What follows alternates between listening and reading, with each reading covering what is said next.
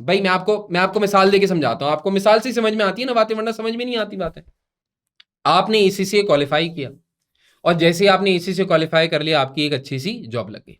अच्छा, जॉब लग गई ना, तो आपने पैसे वैसे सेव किए, सब कुछ किया। जब पैसे वैसे सेव किए तो आपके पास शुरू के अंदर बहुत ज्यादा पैसे तो सेव नहीं हो पाए, लेकिन इतने पैसे जरूर सेव हो गए कि आपने एक मोटर बाइक खरीद ली।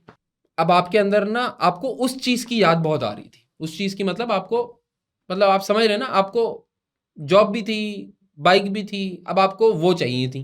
जब उनको ढूंढते रहे ढूंढते रहे ढूंढते रहे, तो कहीं वो आपको मिल गई। जब आपने उनके घर वालों से बात छेड़ी, तो आपको उनके घर वालों का सुनकर एहसास ये हुआ कि जरूर ये मुझसे सवाल ये करेंगे कि बेटा कमाते कितना हो, या तुम्हारे पास माल कितना है, या तुम्हारे पास रकम कितनी है, या तुम्हारे पास वेल्थ कितनी है।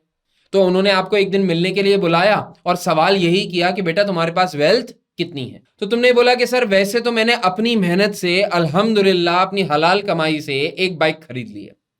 लेकिन जैसे ही तुमने सामने वालों को ये बोला, उनको बोला कि यार मैंने अल्हम्दुलिल्लाह अपनी मेहनत से एक बाइक खरीद ली है, तो आपको उनके चेहरे के तासुरात देख के अंदाजा ये हुआ कि भाई सामने वाले लोग कुछ ज्यादा मोटिवेट नहीं हो रहे।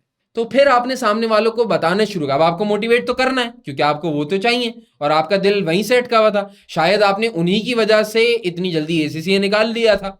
मतलब जो लोग अक्सर अक्सर ऐसा होता है कि जो लोग जल्दी जल्दी जल्दी जल्दी कोई चीज अचीव कर लेते हैं, उनके पीछे किसी ना किसी की मोटिवेशन जरूर होती है। अम्मी अब्बू की ना, अरे अम्मी अब्बू की बात कर रहा हूं भाई, अम्मी अब्बू की बात कर रहा हूं। तो भाई खैर, तो उन्होंने जैसे ही आपके बाइक का सुना, उनके तासुरात थोड़े बदले, और आपको अंदाजा ये हो गया कि अब इनको वेल्थ गिनवानी पड़ेगी। जब तक वेल्थ नहीं गिनवाऊंगा तब तक बात नहीं बनेगी। तुम लोग चार भाइयों, और वालिद साहब ने एक बहुत बड़ी जमीन खरीद के रखी हुई है। अच्छा, आपने वालिद साहब से सुना हुआ था कि यार ये जमीन उन्होंने बहुत पुराने जमाने के अंदर खरीदी थी, और मिसाल के तौर पे उस वक्त 10 लाख रुपए की थी। अब आपके दिमाग में ये बात चल रही है कि यार हाँ, वालिद साहब ने एक जमीन भी रखी थी, जमीन की ओरिजिनल वैल्यू तो 10 लाख रुपए थी, हम चार भाई हैं, उसके हिसाब से मेरा 25% हिस्सा बनता है। अब 10 लाख का 25% हिस्सा निकालूंगा तो 2.5 लाख रुपए बनेगा, 250,000 रुपीज बनेगा। अब 250,000 रुपीज अंकल को बताऊंगा तो अंकल की फिर अड़ जाएगी। तो अंकल वैसे ही पहले मोटिवेट नहीं हो रहे, अंकल बोल रहे बेटा थोड़ा जल्दी जल्दी खाना खा लो, और फिर उसके बाद जो है ये 2.5 लाख वाला मामला बताऊंगा तो फिर अंकल की और अड़ाई करेगी, यानी मामलात हो जाएंगे खत्म। एकदम से तुम्हारे दिमाग में बात ये आई कि यार ये वालिद साहब ने जो 10 लाख रुपए की जमीन खरीदी थी, ये तो 40 साल पहले खरीदी थी। अब तो ये 10 लाख रुपए वाली जमीन 40 साल के बाद मिसाल के तौर पर 10 करोड़ रुपए की हो गई होगी, और 10 करोड़ रुपए के हिसाब से तो मेरा हिस्सा 2.5 करोड़ रुपए का बनता है। अब ये 2.5 करोड़ रुपए वाली अंकल को बात बोलोगे तो एकदम से अंकल का मूड चेंज नहीं हो जाएगा। तुम खाने पे बैठे हुए थे, अंकल को बोला अंकल ये बाइक तो अपनी जगह, लेकिन गांव में मेरी जमीन भी है, जिसकी लगभग कीमत जो मेरा हिस्सा बनता है उसकी कीमत बनेगी कोई अंकल कोई 2.5 करोड़ रुपए बन रही होगी। अंकल ने बोला बेटा बात किससे शुरू करें, आगे बढ़े क्या? बात समझ में आ रही है नहीं आ रही?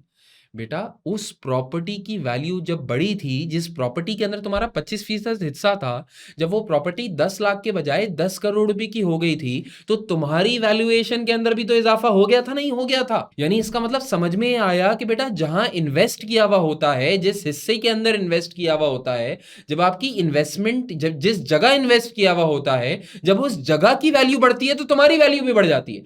लाइक वाइज अगर तुमने किसी कंपनी के अंदर 30% शेयर होल्डिंग एक्वायर की हुई है, और उस कंपनी के नेट एसेट्स की वैल्यू बढ़ जाती है, सर हमें कैसे पता चलेगा उनके नेट एसेट्स की वैल्यू बढ़ गई? बेटा उन्होंने अपने एसेट्स को रीवैल्यू किया होगा, और अगर रीवैल्यू किया होगा तो रीवैल्यूएशन गेन ओसीआई के अंदर नजर आ रहा होगा। बेटा अगर उन्होंने $1000 से अपने प्रॉपर्टी प्लांट एंड इक्विपमेंट को रीवैल्यू किया, तो बेटा $1000 से जब ओसीआई का बैलेंस आपको नजर आ रहा होगा, तो इसमें से 30% हिस्सा आपका भी तो बनता है। आपकी इन्वेस्टमेंट की वैल्यू भी तो बढ़ जाएगी ना, बढ़ेगी नहीं बढ़ेगी? कॉमन सेंस समझ में आ रही है नहीं आ रहा? तो भाई अगर इतनी बात समझ में आ रही है तो IAS 28 भी तो कॉमन सेंस की बात कर रहा है।